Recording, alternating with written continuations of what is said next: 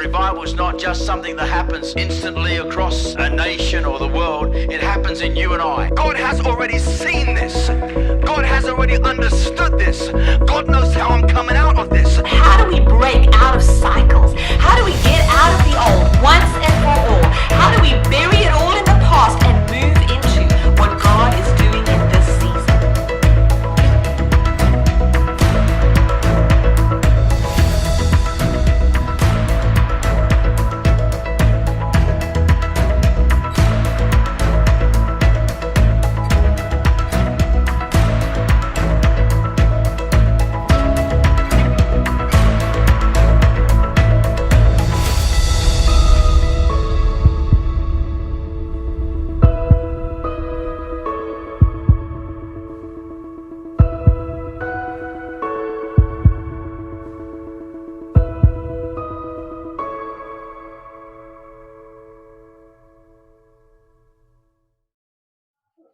Hi, welcome to Open Heavens Conference 2020. We're into our workshops on our Saturday. We're looking forward to getting this started.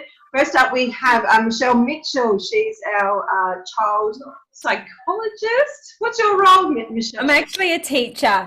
I very sneakily earned that 4-year degree without doing any work quite often, because that's how people introduce me. But I am literally just a proud teacher, and yeah, just built a career from that. Fantastic. You are world renowned, that we understand though, because I've heard that your books and your lectures or whatever sort of podcasts and things like that has gone all over. We've heard you on 96.5 here locally, a radio station in Brisbane. And I know a few other radio stations play a few of your bits and pieces here and there, especially your tips and tricks. So we're going to get Lillian in. She's going to have a chat to you about a few parenting tips and tricks on how to cope throughout today's society. Parenting. Sounds really good. Thanks, Jess. Pastor Lillian, how are you? We're having a chat. I've got my cup of tea. Wow, yes. We can Finally. So, Yeah. do you want me to get my daughter Nia to ask her question first, and then Sure. get away from here, and then I can just like. Yeah, sure. All right, Nia, come here. Is it Mia? Nia, N-I-A. Nia? How old are you, Nia? Oh, you're 11. gorgeous, sweetheart. You're 11. Oh, it is so nice to meet you. Do you have a question for me? Yeah, so Oh, come on. What are we doing? so my first question is, how do people my age deal with transitioning into high school and friendship groups and stuff like that? Whoa, do you know that is actually a big conversation that your parents are going to have lots and lots of conversations with you about that.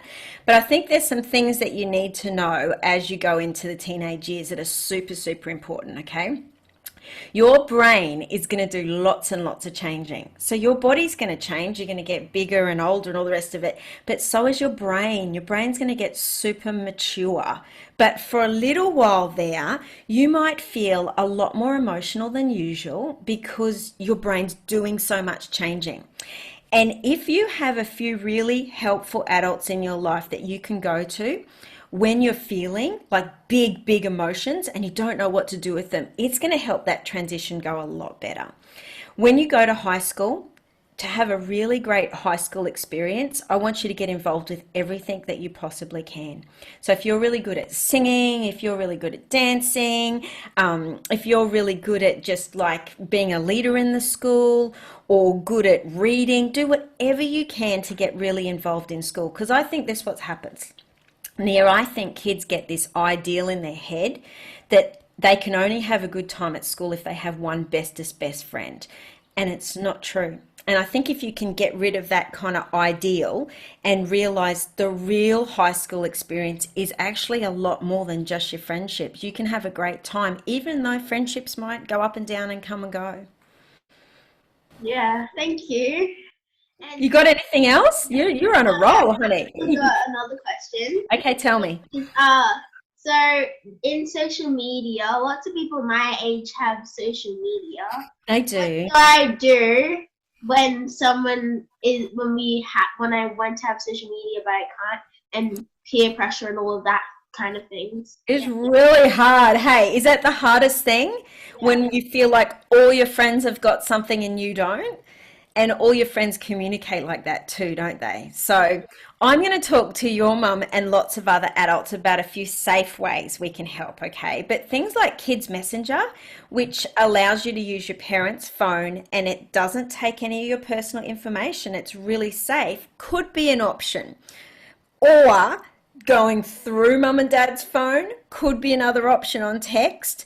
Do you know, no one picks up the phone these days, do they? So it is actually really hard to be included if that's not a part of your life in some way. So I get that. I get that. Yeah. Thank you. It's all right. Question today. Bye bye. Bye, Nia.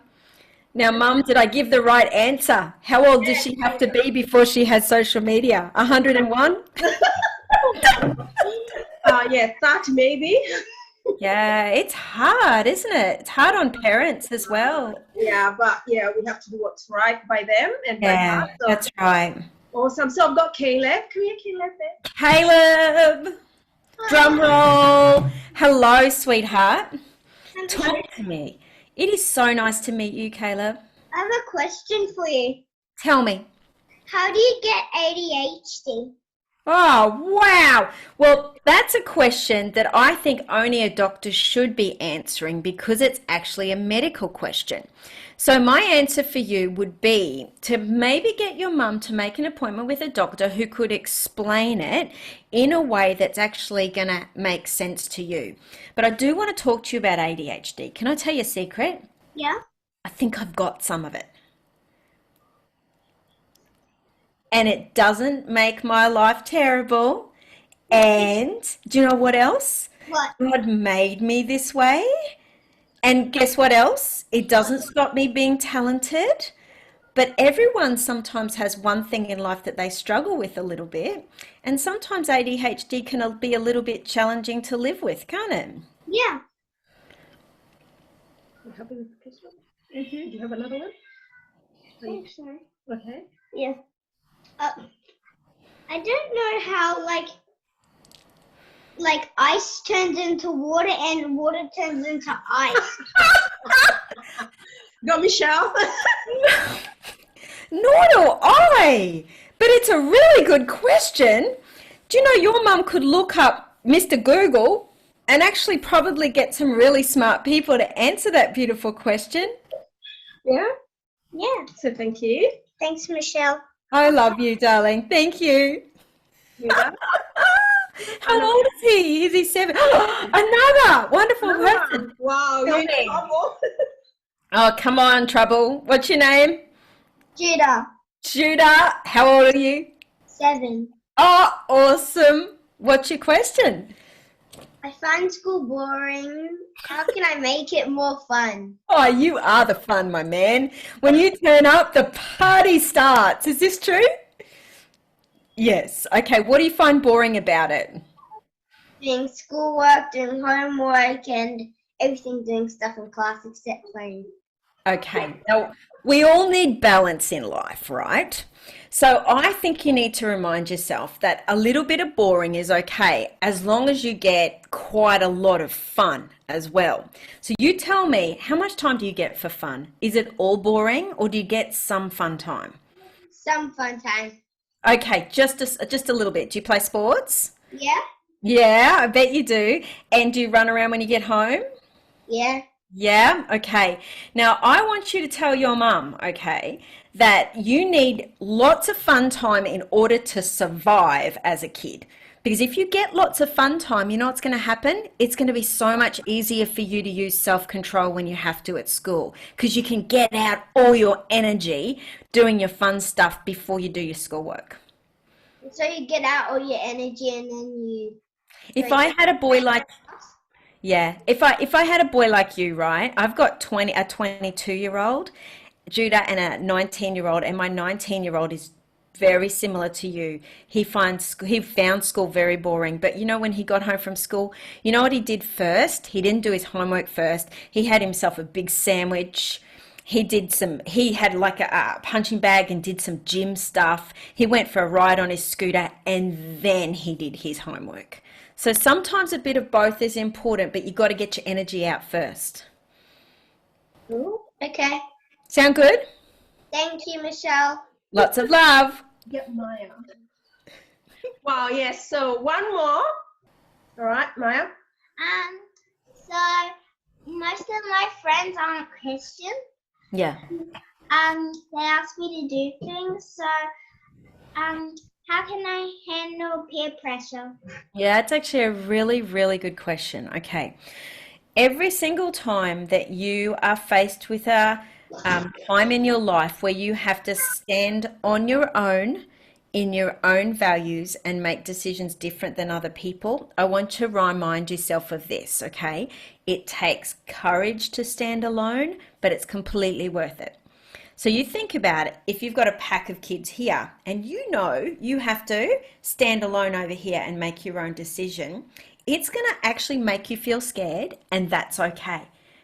Because scared means that you have to be very brave to stand alone and make that decision. And I'm going to let you into a secret. Kids don't dislike other kids because they make different decisions. Do you know what normally makes kids tease you, or it's when you're not confident? So if you're super, super confident and you're like, okay, I'm going to be brave, and even if I have to stand alone, it's okay, you'll actually normally find that people have a lot of respect for you and like you a lot. So I don't want you to think that just because you have to stand alone, people won't like you. That's not true. Thank you, Michelle. My pleasure, sweetie. Wow. Cool. Now we're done with the kids. I'm so glad we're able to. How do we help children navigate friendship issues and stuff? Okay, isn't it exhausting? Let's face it, it's exhausting, and it seems really monotonous, and it can go round and round and round in the same circles all the time. But these are such important life lessons for our kids, and we can't underestimate how powerful they are. And I think real confidence is built in those moments where kids actually choose to stand alone and choose to find the courage to truly be themselves. And I think a lot of the shifting and a lot of things that happen in relationships, in their friendships, is really about them finding themselves. So the question I constantly ask myself is, what are they learning about themselves? And the more they can learn about themselves and actually be really confident in that, the easier it is going to be for them friendship-wise. So friendships is a huge, huge topic. But I mean, the things they face is like, you know, gossip and meanness and how to handle meanness and what to do if they've got like a bit of a manipulative friend or a possessive friend, if their friends are hot and cold. These are big, big things for our kids to work through, aren't they? Yeah, big time. Yeah. Yeah. Well, like I think I would be more concerned with like my 11-year-old who is in primary school going to high school next year. Yeah. So she's lucky she's in the same school, like it's from prep to year 12. But some kids don't have that. Like some kids will have to move school literally, like from year 6. Year 7, it's totally different school. How do they even like the anxiety that comes with it, the pressure, you know? That's a bit tricky. Yeah. And remember, they're starting to grow developmentally too. So they've got all their own body changes and brain changes that are happening at the same time. So they're experiencing these big, overwhelming emotions anyway. And then they have to make this massive transition to high school, and it's different teachers and it's new people. Home is the hero, and it's the overarching kind of support in our kids' lives. So even when they have to leave home and face scary situations and face the big world of high school and do all that on their own, we have to reassure ourselves that every night they actually come home to a stable, safe place that we're creating for them, and that is the greatest influence in their lives. So even if things go pear-shaped, even if things go up and down for a while, if home can be consistent, they're going to be okay. And it helps them like build resilience and stuff. Like your kid speak on resilience, emotional resilience and stuff. we are your fan. Like we've bought all the books and we love the journals. That's Thank what you. has kept my girls going. Like they Oh, so much, and I would recommend those journals to everyone. You know, like yeah, thank you. and yeah. So, can you tell us more about your book, like so that we can Yeah, sure. know where to get it from? And Yeah, okay. So my bookcase is behind me. It's in here. Hang on. All right. So this is the book I've got for parents. yeah, And I'm trying to talk about resilience in a really practical way because I feel like this is available in Dimex and Big W and on my website as well. But I feel like we're often very idealistic when it comes to resilience, Pastor Lillian. Like we're so much talking about kids bouncing back and thriving and being strong. And I think parents are like looking for their kids to be thriving all the time. And it's actually really normal for our kids to go through seasons of life where they do struggle and where they are not finding their feet. And we shouldn't panic about that as parents. And I think, you know, it's very unusual for kids to be having friendship dramas at school and like they're up, dressed, ready in the morning with their shoes on, you know. Don't worry, Mum, I've had my brain boosting breakfast. I'm ready for my exams. They've got the cover over their head saying, oh, I'm not going to school today, you know. And that is real and that is realistic. And there's nothing wrong with our kids if that's what they're doing. It's just they don't want to have to feel the pressure of pushing forward. Resilience is about helping them adapt, but it's found, first of all, in the very, very small micro moments in life. You won't see it manifest in these big superhero actions. It'll be small, and small is enough. Good things take time. So in my book, I talk about, I think, the traits of resilience. So when I was a teacher, you'd look across a classroom of students and you would actually see some kids who were really resilient and other kids that were really struggling, and it was oftentimes because of their ability to access these traits under pressure. So courage, gratitude, empathy, self-awareness, responsibility, self-care, and contributing. And I think they're the things that we can help our kids apply every single day to their lives that will make such a big difference in the long run. wow, that is so good. Just do the next question. So we're gonna, I think, okay, to have Jess here too. You know, we can. Jessie, hello. Hi, Michelle. How are you? Your son's adorable, by the way. Oh, thank you. He has officially a diagnosis of ADHD Okay. because we're navigating that now. It's still, Yeah. So he has lots of questions. What a sweetheart. Yeah. With regards to that, obviously, a question that's come up has been, what are some tips that parents could use? Oh, what are some tips parents could use for those children that are on the spectrum? And thinking mostly with regards to, obviously, there's been significant change in routine recently, even though things are trying to get back to normal. Yeah. Aren't back to normal. Yeah. So how do you think? What are some tips that we could use to kind of cope with that? Yeah. Parents with kids on the spectrum are normally incredibly self-educated around this stuff, and they have such a handle on it, and they're in contact with networks that feed them really great information constantly. But one of the ladies who I have such a lot of respect for in this area is called Spectrum Journeys. And Kate is amazing. She has a son on the spectrum, but she is really worth following on Facebook and Instagram just to, like for that support as you go through.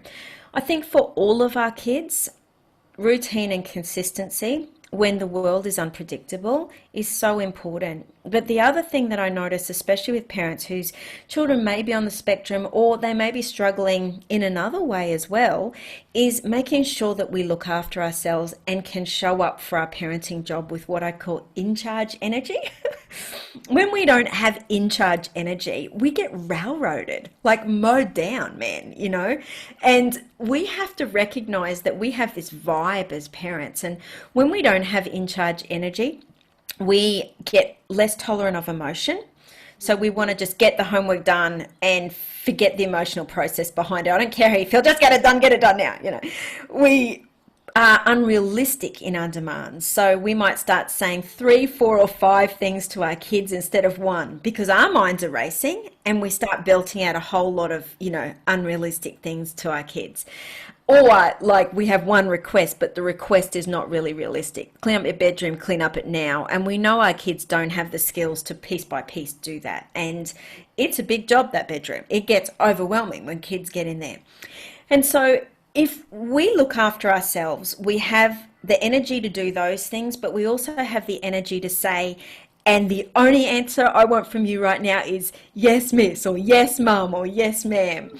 And sometimes as parents, we actually have to show up with the energy that says, this is what's happening. This is what's happening now. The train is rolling in this direction. Let's make it move that way. And so that only comes from us as parents looking after ourselves. And sometimes we need a day off from in charge energy. Stick your feet up, let it slide, because the next time you want to arrive in your parenting boots, you want to do it really well. Yeah. I think that's been the hardest part, is that a lot of parents lately haven't actually been able to have that break solely because of the isolation and everything. So, I mean, a lot of parents have been going through a lot of hard times. I can imagine you may have had parents asking you some significant questions possibly over the last several months. And we're all in each other's space at the moment, constantly. I think child swapping is a really good idea at the moment. That's such a great idea. Guilt-free day off, You have them for a day, and then tomorrow they're all yours. Bye. Yeah. Wow, Michelle, man, you're amazing. I've got a question. This one is in relation to social media, cyber safety, and devices, mobile phones. Yeah.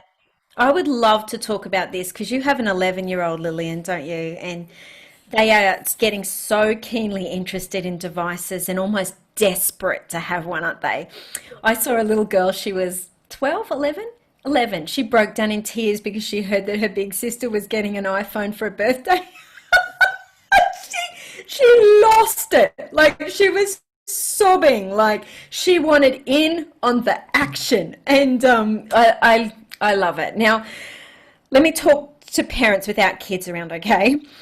Unfortunately, and I will say unfortunately, although I love technology and so much about it, it is the main method of communication for our kids at the moment. And I don't want parents to think that they either give them a phone and they're exposed to the world, or they don't give them a phone. There is some middle ground in this. And that's what I want you to be open enough to, is finding some middle ground that is going to keep your kids' safety as a highest priority, but also enable them to connect with their friends when they need to. And all things in balance. When technology becomes damaging, research tells us it's when kids are not on technology instead of running around and instead of interacting with their family. And so the amount of time they're on in technology becomes hugely important. But there are platforms like Kids Messenger now that don't collect personal details and store private information of kids, that they can be fully supervised by parents but still connect with their friends. And it is an amazing insight into their world as well, seeing them on that. Now, any device that kids get for any reason, you need to have full access to that thing. There is no compromising that. There is full access or it's not happening.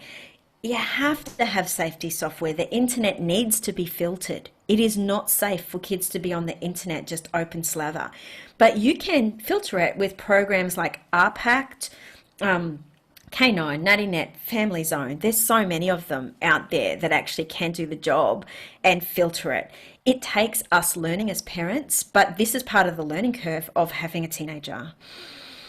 Wow, that is so good. And we love some of those apps. We have to put them down there for the parents who have not explored that. For sure. Yeah. And I recommend following some cyber safety experts as well, who are up to date with some of the latest tech stuff that's coming out. Yeah. So people like Susan McLean, she's an ex-cop. She's regarded as Australia's top cyber safety expert, and she's very much into child safety. So she is like, listen to her. But she's had some great stuff coming out with TikTok, and just so we understand why we're saying no or why we're saying yes. There's three answers we can have as parents. Yes, a wholehearted yes, go for it. All right. Yes, but not now, or yes, but there's some conditions on it, or there's something better. And sometimes when we're saying to our kids, there's something better, like just basically saying, no, you can't game until 2 o'clock in the morning. No, you can't, because there's something better. It's called sleep. Now, you might not think it's better right now, but it's my job to actually show you that this is better. So yeah, it's, Susan McLean. I'd follow Susan McLean. Dr. Christy Goodwin is another good one. The Cyber Safety Lady is another really good one as well. And Common Sense Media. And they will really keep you up to date with some, everything that's happening in that tech space. That's awesome. That There's is some so good good. ideas. Yeah. For sure. Because, it's really hard. You've got to sort of find that balance now. Like, I know a lot of parents who give their kids a phone and that for when they go to school for safety if they're walking home. So, yeah, really finding that balance is hard. But yeah, we'll add those links in. Yeah. And maybe I can give your families a free ebook as well. Could I do that with a social media contract in it that gives you an idea of the kind of things that you need to be really thinking of when you've got tweens going into those years? But please don't be scared of technology either. Parents sometimes think if I don't let them have social media or don't give them my phone, I'm keeping them safe. But they forget to realize that through Messenger and through their gaming apps, the conversations they have on gaming, they can communicate anyway. So it's about walking the journey with them a little bit. That's it for sure. Have you got another question? Yeah. Can I ask you something about balancing between, parents put pressure on their kids too, like with school Yeah, work. they do. Yeah. And I know my Yeah. son said he finds school boring, so I can't really push him. He will not do it. Yes. Yeah, like he will not. Even if I try to tell him do this and this, he will not do it. Yeah. How do we then help them still progress, like still do well at school, but not putting too much pressure? Mhm, mhm. So can you talk about that a little bit? Yeah. Yeah, it's really good because it's our fear as parents that drives us to try and make our kids perform a certain way. And the reality is we have to be very careful we're celebrating the right things. Years ago when I was teaching, I had a small class of about 15 kids and half of them couldn't read very well at all, like grade 1 or 2 standard, and they were in grade 5. And when I had parents come for parent-teacher interviews, they were like, just fix it. We will pay any money, any tutor, just fix it. And I would just look at them and say, you don't have to fix anything. There's nothing wrong with them. They're going to find that thing that connects with the world, and they are going to light up. And when they do, and our job is to help that, when they do, those maths marks or those English marks won't hold the same weight as they normally do. Now, that doesn't mean we don't have the balance to call our kids into account for self-discipline. Because like we talked about before, that's one of the traits of resilience. So they need that. They need that part of their brain exercised. But we have to be respectful of them as human beings, don't we? That have their own journey and their own strengths and their own, future to explore. For sure. I think there's I was listening to a preacher fairly recently with regards to this sort of specific train your child. So biblically it says train your child up in their way and never depart from it, in the way that they should go. Now a lot of people directly translate that into bring them up in the way of the Lord, and yes, that's part of it, but a lot of it is individual children have an individual plan that God has given them, and individual likes and disinterests and all of those kinds of things. And so that verse saying train your child up in the way they should go isn't necessarily about us putting our agenda onto them, but more about us training them up in the way that God wants them to be trained up. The capacity as parents to trust in our kids' journey and who God's created our children to be and to lean into it confidently is a big thing. I've got an eldest who's very academic, and it's not easy. It's not hard to trust that journey because you go from school to university to, it's a pretty mapped out path. I've got a younger one. Oh my gosh, he's wild. Like, he came out of high school wanting to start his own business in film and photography. I'm like, go and work for someone first. No, Mum, I've got it covered. And, like, it wasn't my choice for his life, but I've put a roof over his head and he's got a very successful business a year and a half later. And so trusting in those moments where you go, oh, no. Oh, or, oh, they're not getting the marks at school that I thought, or, oh, look, they're taking a risk that I wouldn't take. Now, safety issues are different, but if we're talking about them exploring their personalities, sometimes we have way too much control in that. Yeah, so true. Yeah. So, Michelle, you talked about, I like what you said about your two kids, different. And what I thought parenting was like molding children, but actually we're not meant to be molding our children, because it's like they're not like clay. You mold them in different vessels of different molds and stuff. So I've come to just like let go and like let them be, let them just their own path. Well, I'll guide them as much as I can, but I can't continue telling them you're gonna be a doctor, so you need to be very good at medicine, maths, and and forcing so much. Course, I want them that for them, but we've come to kind of like let go, let them just have fun at school, and their lives, and they will be whatever. So good. Yeah.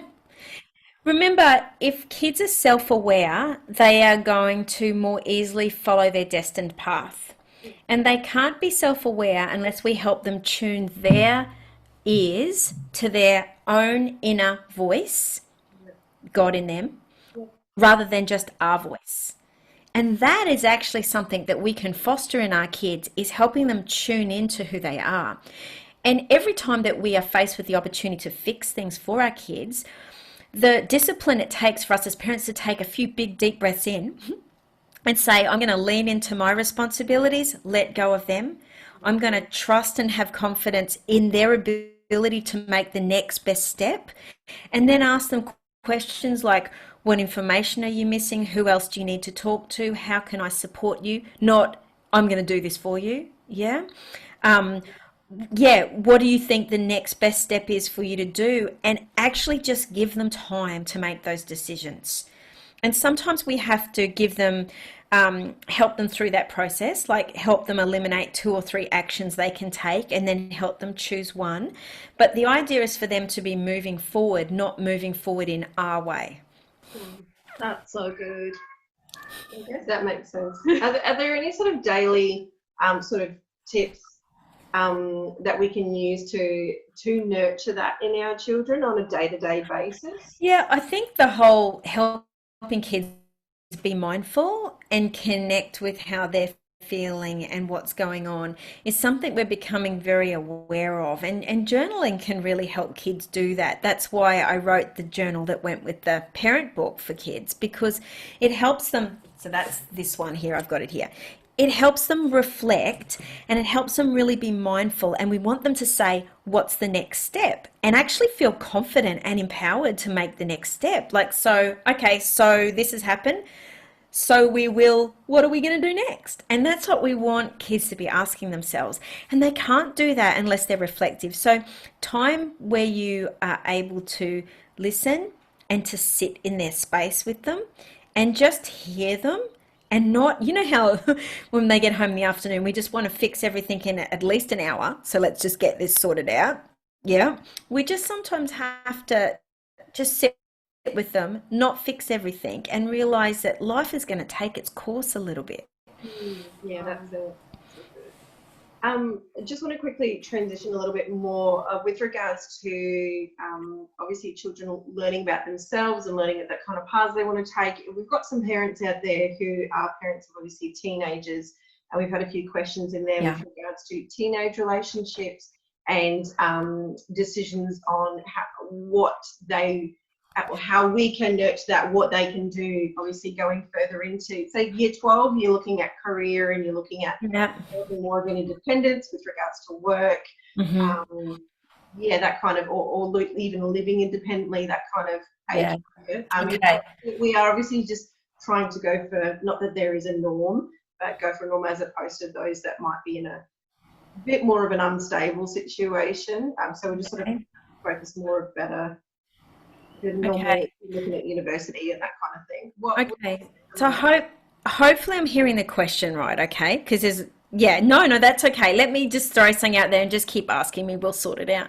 But autonomy is something we really want to champion in young people. It's not a negative thing. And sometimes we see young people really wanting to make a bold decision for their life and move out of home or take on a uni course or whatever it be, or quit uni and do a job. We see that as a negative thing, but the moments in our kids' lives where they really, and I'm talking safe, right? So safety is the other, I'm not talking about unsafe decisions, but when they're championing that autonomy and saying, I know what I want and I want to make a next step, I think we need to be very careful of adults about squashing that because we thought our kids would stay home longer or we think, but we thought our kids would do this or that, and really realize that all these experiences help them build who they are in life. That makes sense. Yeah, that makes a lot of sense. Inner voice. They get them to, what's their inner voice saying? And then you go, we can revise this in 3 months. Nothing's irreversible. Let me walk the journey with you. Let's see how it goes. So try not to get them to make absolute decisions, but the next best step for them. Does that transition across to their relationships and that as well? I mean, if they're looking at developing deeper, more boyfriends, girlfriends, relationships, if you can call it romance. Yeah. Romantic relationships. Okay. So I say to young people, I think, was there a young person who asked me something about, how do I tell my parents if I'm interested in a boy? Well, say, I like a boy. That'd work. But this is the thing, right? They're either going to say yes, wholehearted yes, or yes, but not now, or there's something better. And depending on the age of a young person, that's going to really make a big difference. So we're talking about once they are probably 16, 17, parents are starting to let those reins out so much more. And it's really hard when you've got 17, 18-year-olds who are making relationship choices that you don't agree with and that you can see that damaging and hurting their lives. But they obviously have a lesson within that they need to learn. And it can't come at the expense of our relationship with them. Our relationship with them has got to be our priority. But I say to young people, if they like someone, to have good taste. Yeah? So the teenage years are about practicing having good taste. And I think if parents can be really open with those discussions and I know like with some cultures, it's just not something you talk about, but recognizing that them having feelings towards a romantic relationship is actually not wrong. It's actually the gift that God's given them, but we want them to practice having good taste. Wow. That's how I would say to my boys, like that, a girl is saying, I say, well, do you have good taste? Tell me about her. Tell me what you like about her. Tell me who she is. Yeah. Yeah. But it's beautiful listening to them because I remember once my son saying to me, just like some little girl in his class. And I remember him saying to me, I said, well, would you have good taste? What do you like about her? He said, well, she's really kind to everybody, Mum, And I said, does she have a cute ponytail? She said, she does as well, but she's really kind to everyone. And, I think it's so beautiful to hear them looking for the right traits. I think that's something we want to foster. Yes.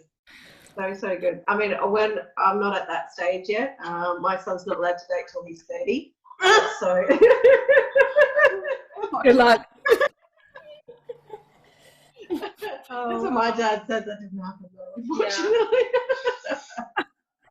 We try as parents. Yeah.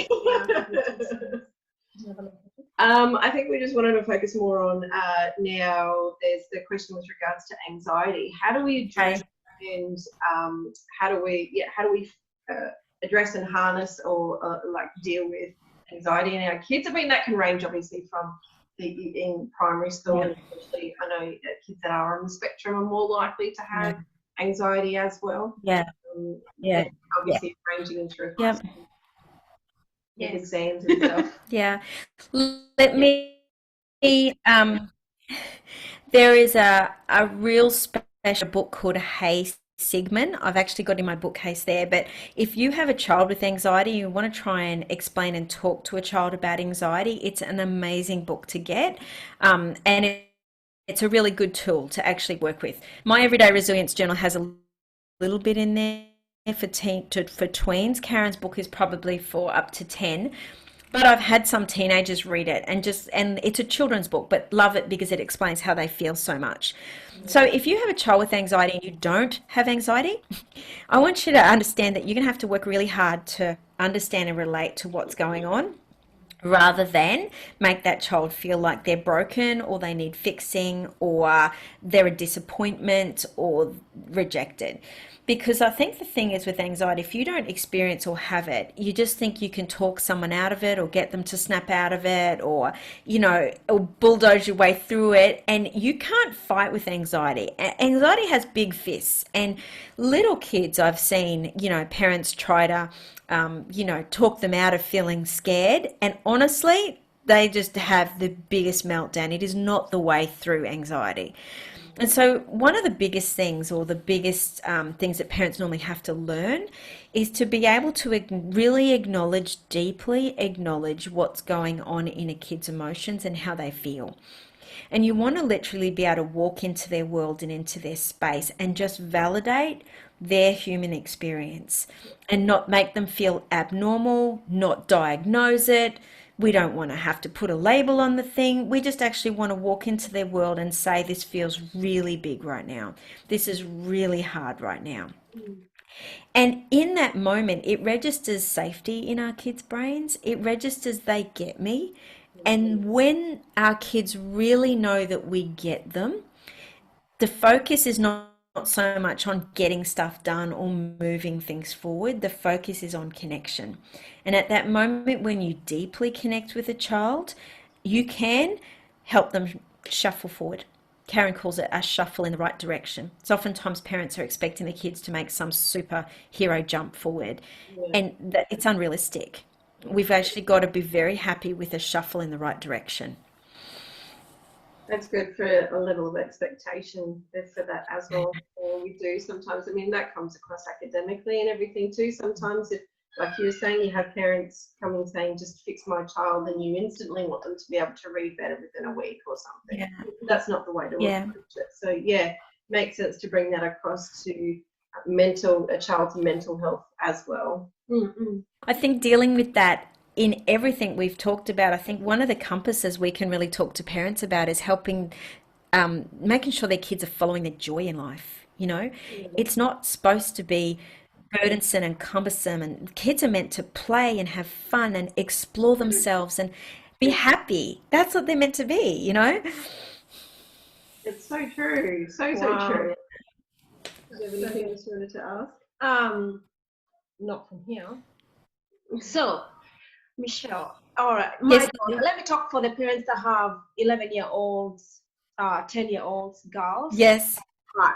And you want to start telling them that your body's, they can see the body. You can see the body is changing and stuff. When is the right time to start having these, these deep topics on you're going to have your periods and about puberty? Yeah, puberty. Yeah. I'm writing a book on puberty for for tweens at the moment, because I feel like it is a conversation parents find difficult to have.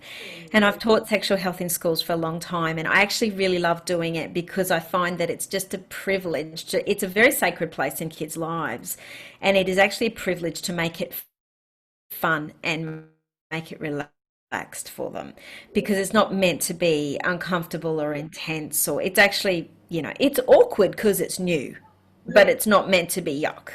So start from less threatening content.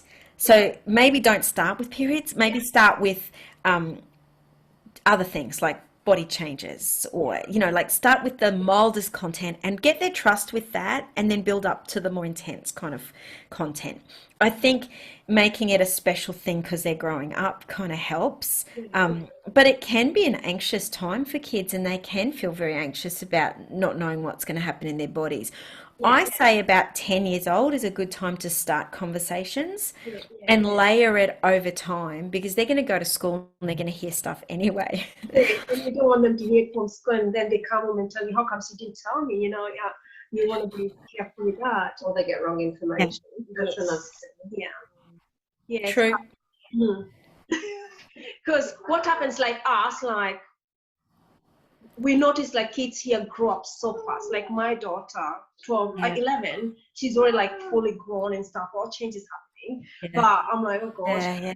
11 is too young. Yeah. Like, when do you even start Yeah. telling her I what know. is what? Yeah, I just, yeah. And we're sometimes expecting, okay, once I get into high school, I'll deal with that. But it's too late. You know, you really want to make sure that it's happening right now. Yeah, wow, yeah. So that's a big topic, but yes, we'll wait for your book. Well, look, I think the main thing is that they know that they can come to you about everything Yes. and that they have all their questions answered. And that kind of setting up your relationship with them for being that safe person and exclusively parenting them, not the whole world, just them. So when they come to you with information, you become a bit of a vault. That stuff's important. Yeah, that's important to be their friends, like not best friends. I told my daughter, I'm not your best friend, but I'm here.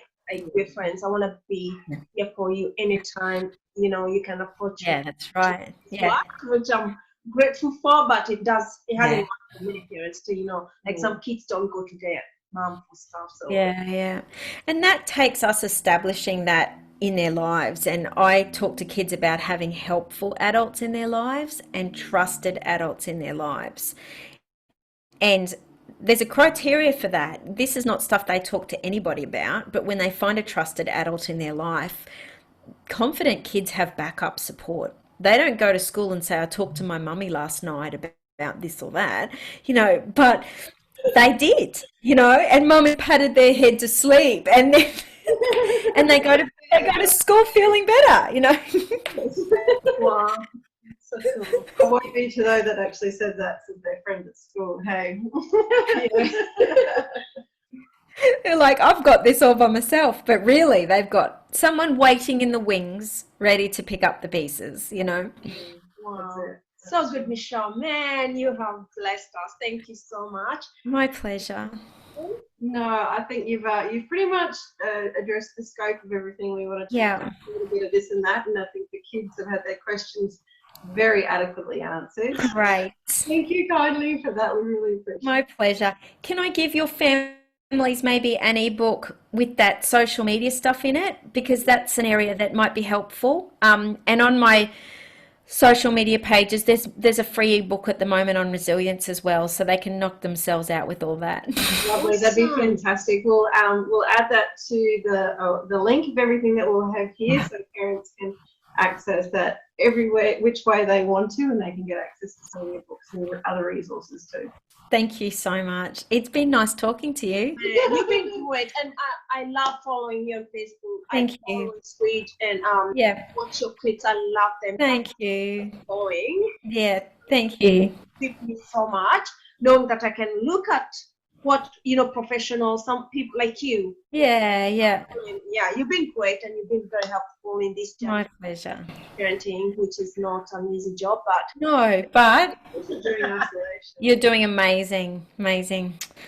yeah, awesome. Oh, and All right. Yeah. you're busy, but Yeah. you took time to chat with us. My pleasure. My pleasure. No, I think it's great.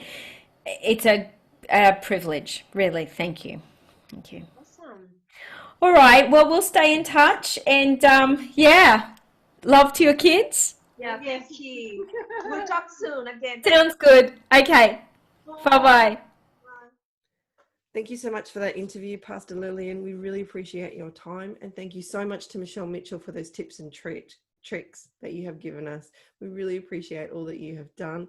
We hope that you have been blessed today with all those tips and all that information with regards to parenting by Michelle today. We'll have below a link for her free ebook that she's offering us today, as well as links to other resources that she mentioned throughout the interview. We're going to take a break now. We're going to come back at about 10:30 for Pastor Bunmi's business meetings. Stand by, go have a cuppa, come back and prepare to get some incredible information about business at about 10:30. We'll be streaming on all of our platforms, YouTube, TBN and Facebook. So we look forward to seeing you then. Revival is not just something that happens instantly across a nation or the world. It happens in you and I. God has already seen this. God has already understood this. God knows how I'm coming out